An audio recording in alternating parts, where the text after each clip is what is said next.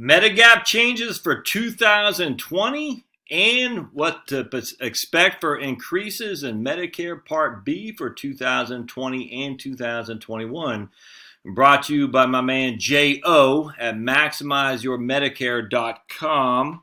MaximizeYourMedicare.com and via his newsletter. His newsletter he sends out basically every week, and you need to sign up for it. And I'll show you how here in just a second. So let's start with we'll start with a simple one of Medicare Part B premiums going up in 2020 and 2021. So Jay expects that the annual Medicare trustee report, you can see the immediate estimates below. Estimated Part B premiums to be $144.30, and right now they're at $135. So we take our trusty calculator, $144.30, subtract $135. That's a $9.3 increase from $135. That's a 6.8% increase. And then it'll be $6 from $144. That's a 4.1% increase, which is substantially higher than what we'll see in Social Security cost of living, as Jay says. Given low inflation, these increases are likely to be more than the COLA for Social Security, but it's somewhat difficult to tell at this point. So there you go. So be expecting a pretty significant increase in your Medicare Part B in 2020. All right, so Medigap changes in 2020, and this was dated, Jay sent this just, yesterday? Yeah, yesterday. July 26, 2020. Medigap plans C and F and high deductible F will no longer be available to new Medicare enrollees beginning in January 2020. However, that also means it will still be available to those enrolled in Medicare prior to Jan 1, 2020. If you're already enrolled in Medicare, you can still apply for these plans in 2020.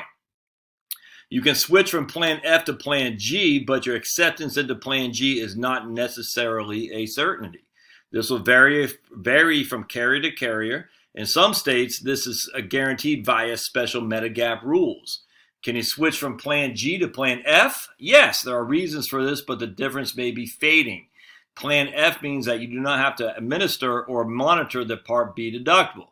Anecdotal evidence is that the lag time and error rate in verifying if you have met the Part B deductible are worsening. So if you're a high healthcare user or if you detest taking care of bills, the extra premium may be worth it. That is a private decision for the consumer.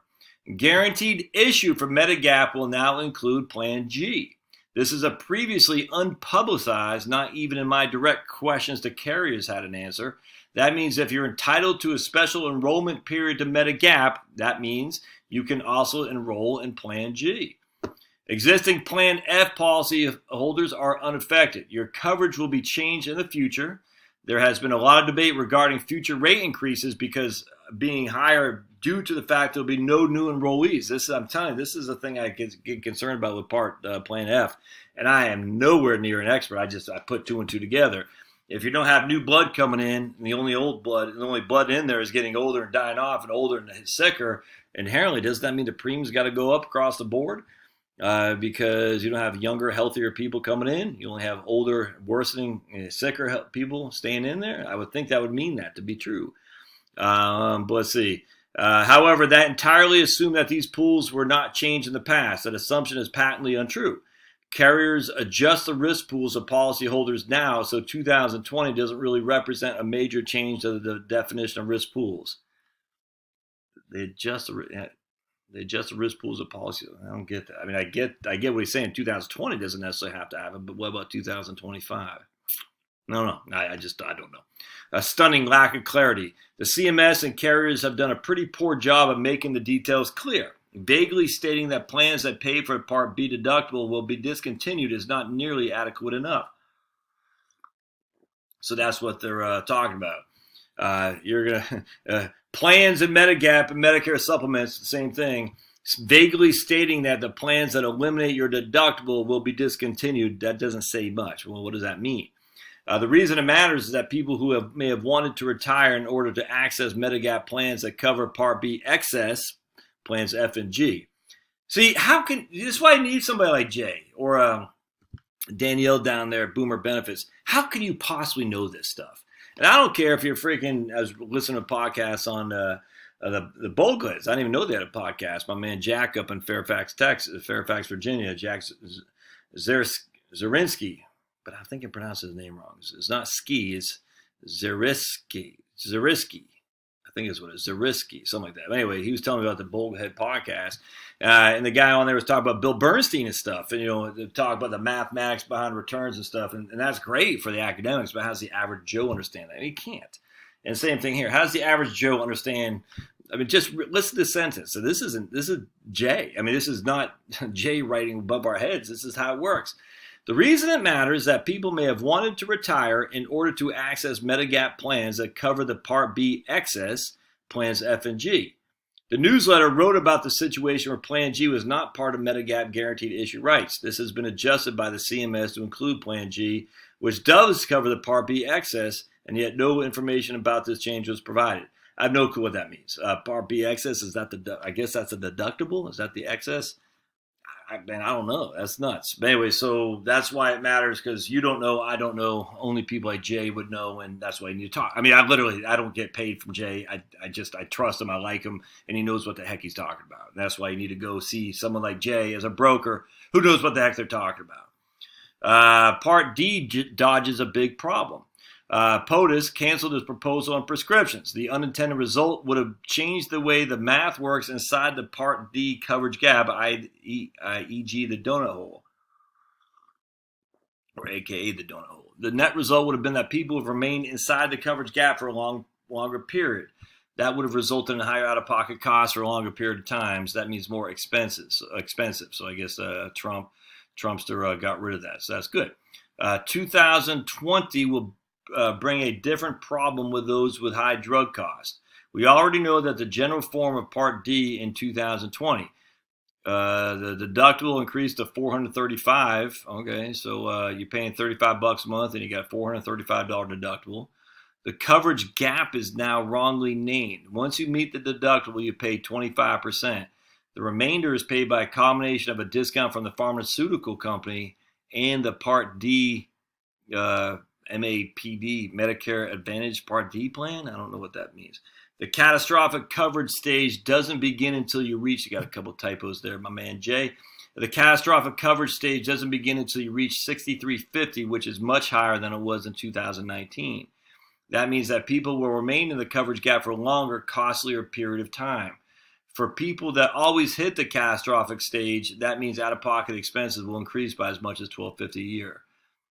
Yeah, I guess MAPD's got to be Medicare Advantage Part D choices, because he talks about re-examining Part D plans. That bottom line is that re-examining your Medicare Advantage Part D will become more sensitive in the future. All right, so individual health insurance 2020. Man, Jay is just a plethora of information here. Rate proposals are out. In a small surprise, there's evidence that individual health insurance premiums look to be stable and lower in 2020. Whoa. Of course, lower from way up here doesn't mean it's that big of a deal, but lower is better than higher. Why this is surprising? It is a small surprise because you would have thought that since the individual mandate has ended, there's no tax penalty if you don't have individual health insurance, that many people would have simply canceled and accepted the risk. Why this is not surprising? If people have not canceled in large numbers, then the variability of results is now much lower. Insurance prices are based on statistics, not politics. An important input is how much error exists, how far off the target does the hurricane hit. If you reduce the error and the rules are stable and clear, the carriers can compete on price, which they're very motivated to do. Well, that's good stuff, man. That's good. So individual health insurance premiums look like they're going down some. FAQ, how much are your fees? The fee for initial calls is always $0. If you simply want us to help you select and enroll in Medicare Advantage B or D or Medigap, he's got these L's in there. It's weird. So I'm not sure if he's fat fingering it or if it's just L. It's weird, but he's got 3 extra L's in his email. Look, I make email stuff, so I'm not criticizing, but it's weird that every single error is always an extra L. If you use Jay and his group over there at Maximize Your Medicare, actually it's called GH3 Benefits. They don't charge you anything because the insurer pays them the commission. There can be instances when a one-time fee applies, but that is for the analysis of going through the complicated documents and financial matters. But we'd always state that in advance. He's got his Facebook. I recommended the Facebook book group. I mean, the Maximize Your Medicare Facebook community. You should, if you're on Facebook still, you should join it without question. It's a private group. So Jay said anyone who refers to me will get approved automatically. Me being Heritage Wealth Planning or your old buddy Josh. Anyway, I'm a big fan of Jay stuff, and you should too. So let's see how we go there. So you go to maximizeyourmedicare.com. It's this right here, right there, and then you sign up for the newsletter right there, free newsletter. And again, if you don't sign up for it, you're nuts. No other way around that, because it's the best. I mean, literally, I see this stuff in here. I'm like, oh, how can anyone keep track of this? But it's information that you need to know. I mean, it's your financial planning. We talk so much about investments, but the biggest risk is literally the health insurance. There's no other way around that. Again, I don't subscribe to the idea that we're all going to face the risk. Well, but we all do face the risk, but I don't subscribe to the fact that we're all going to succumb to it. I just subscribe to the fact that we all face it. So how do you deal with it? Well, you talk to someone like Jay and read his stuff, and it's nuts how much stuff this guy's got out there. It's crazy. I'd even talk to Jay about life insurance stuff too, in terms of if you get an in-force illustration, you got cash value life insurance, you're not sure what to do. I mean, I can help in that regard, but I don't place life insurance. So I don't know what the carriers are doing anymore. I don't work with them. I'm not licensed anymore. I don't. I know enough to tell you that this thing is going to be dead before you are, which means the life insurance won't pay out and you lose all your money for what you put in the contract.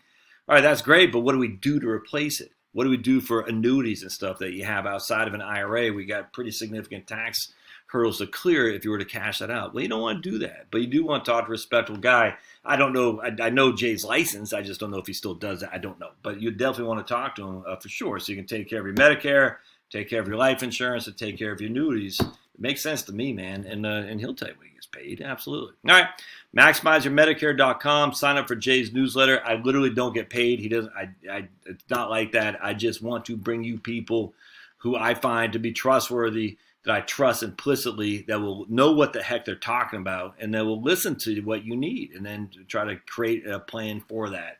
So I highly recommend Jay and his group over there. All right, we'll see you next time.